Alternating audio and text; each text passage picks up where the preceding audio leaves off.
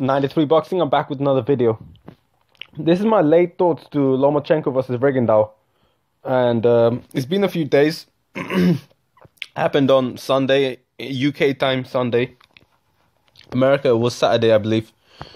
Now, before this, I want to give a quick shout out to Champ Life Boxing, who actually, took notice of one of my videos. I actually started to give his opinion on, and paying respect to me, and on one of my videos, right?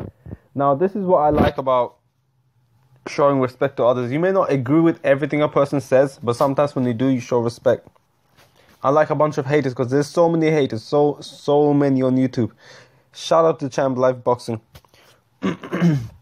Now, in terms of Lomachenko and Rigondeaux, my honest opinion, look, going into the fight, right, I didn't have time to think, and I thought a little bit. I couldn't make my mind up who I thought was going to win. Honestly, when you see the face-off, Lomachenko was bigger. And I'm not making excuses, but initially I was thinking, yo, Lomachenko's bigger. I watched both of them highlights, and Lomachenko had a higher work rate. He also gives angles. Rigondeaux actually rotates. Lomachenko actually gives angles. He just rotates like Lomachenko tends to revolve around his opponent. Rigondeaux rotates around his own axis, if that makes sense. So basically, he turns as his opponent's giving him angles. But, initially I thought, yeah, you know what, Lomachenko might win this. He has a higher work rate. And, it's not like he has a bad defense. It's not like he's all that. He has good defense. He has good movement and whatnot. He's a bigger guy with a higher work rate. Simple as, okay? But I still thought Rigondeaux was going to put up a really good fight. And to be honest, he did not. He really didn't. He tried to pull that Manny Pacquiao shit. That when Manny Pacquiao tried to say that, that my shoulder got injured and whatnot. But let me tell you something, right? Before I go anywhere, I do not think Lomachenko is number one pound for pound. I like Lomachenko as a fighter, but I don't think I think he's going to be given way too much credit for what he, for doing not enough. I still think people like Canelo Alvarez is number one pound for pound. Agree or disagree with me. Lomachenko to me is not number one pound for pound. I don't see how Danny Garcia cannot even be in pound for pound list, but Lomachenko's number one after just all this. He's a really good fighter. I definitely put him at top 10, maybe even top 5. I think he's a really good fighter. I think he beats Tank Davis. I really think he does. Granted that Rigondeaux didn't really fight the way we expected him to fight. He's saying that he hurt his hand. But how many punches did you really land to hurt your hand? I find it hard to believe that. I really do. Lomachenko is a really good fighter, and I'm not taking anything away from him. Keep in mind, right, I did say Lomachenko is getting too much credit for doing too little. I said that about Triple G. I said that about Sergey Kovalev. But in terms of what they're capable of, I think Lomachenko, out of all those three fighters, pound for pound, is more capable. Is the most capable. I actually think Lomachenko could be the real deal. He's definitely one of the very best out there. I just said he's overrated in terms of what he's achieved and getting the credit for achieving so little, which I've seen other fighters achieve it, but they were not getting the same level of credit as Lomachenko. That's all there was to it. Not anymore. So, that's kind of really all I have to say for the fight. I'm kind of disappointed with the fight. The fight was stopped on the stool. It looked like Rigondeaux quit, but, Nicholas Walters, he kind of quit. A lot of times, it could be just the fighter quitting, or it could be the opponent making you quit. Lomachenko has faced not too many opponents, but he has faced some good competition.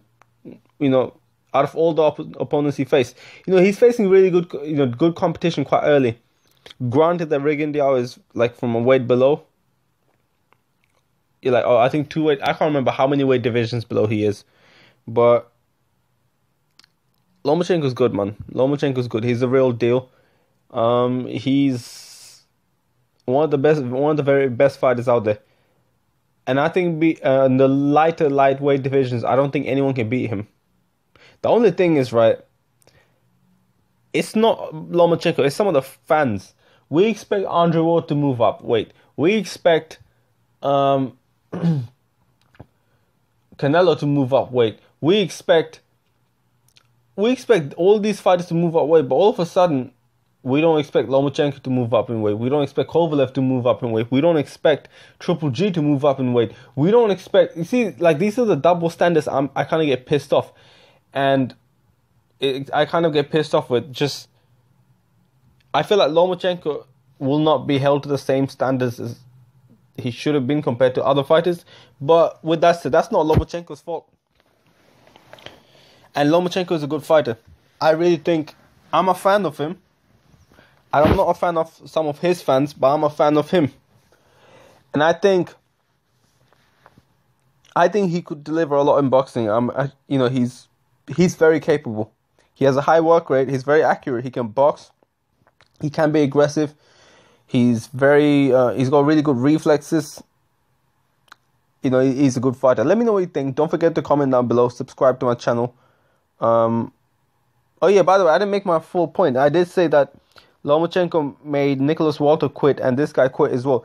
Maybe it's just what Lomachenko's doing that's making him quit. When you're in sports, you're shit until proven good. Otherwise, everyone will be saying, "Oh, I'm better than Michael Jordan," without proving that they're better than Michael Jordan. You see what I'm trying to say? I said I gave basketball as an example because a lot of fans, a lot of viewers are probably from the States, and so they can relate. They can understand. Maybe it's Lomachenko. Maybe it's just Lomachenko. Initially, I thought maybe it's just Nicholas Walter that quit, but now I'm thinking because it's the second time that he made someone quit, maybe it's Lomachenko. He's doing something. Maybe he is so hard to hit and so tricky. They almost kind of discourage you to a point where you mentally give up. That's why I think if Rigondeaux really this is his golden opportunity. Rigondeaux has, for the weight divisions below, he has power. Yeah, he moved up weight division, but he still has some power. There's always a chance. Right? Lomachenko has not fought anyone on Rigondeaux's level going into the fight. Even if you hurt one of your hand, come on, man. You should be like, we did not see anything from Rigondeaux which made us think, right, like, raw, this guy really is pushing, he really wants to win. I'm not saying brawling there with no defense, but, we expect you to do some shit that, like, look at Andre Berto against Soto Karass. We seen it, one hand fucked up, the other hand not fucked up. But, Soto Karass is not on a Lomachenko level, but still, do you see what I'm trying to say? We can see attempt. We can see they're pushing for it. Rigondeaux was not really pushing for it. He was almost quite casual, getting outboxed. I don't know, man. I really don't know. I was a bit disappointed on Rigondeaux, not because I wanted him to win or anything. I wouldn't mind either one winning. Okay? It's just Lomachenko was doing what he's supposed to do. Rigondeaux just didn't live up to the hype. It was almost like as if Rigondeaux was overrated now. That's how it felt like. It was disappointing, actually, for real. Because even if Rigondeaux loses badly, at least it's a great fight. And it would have been a great fight if Rigondeaux went for it, but I guess he lost heart. Lomachenko was too good for him. Let me know what you think. Don't forget to comment down below. Subscribe to my channel. 93 Boxing. I'm out. 93 Boxing. I'm back with another video.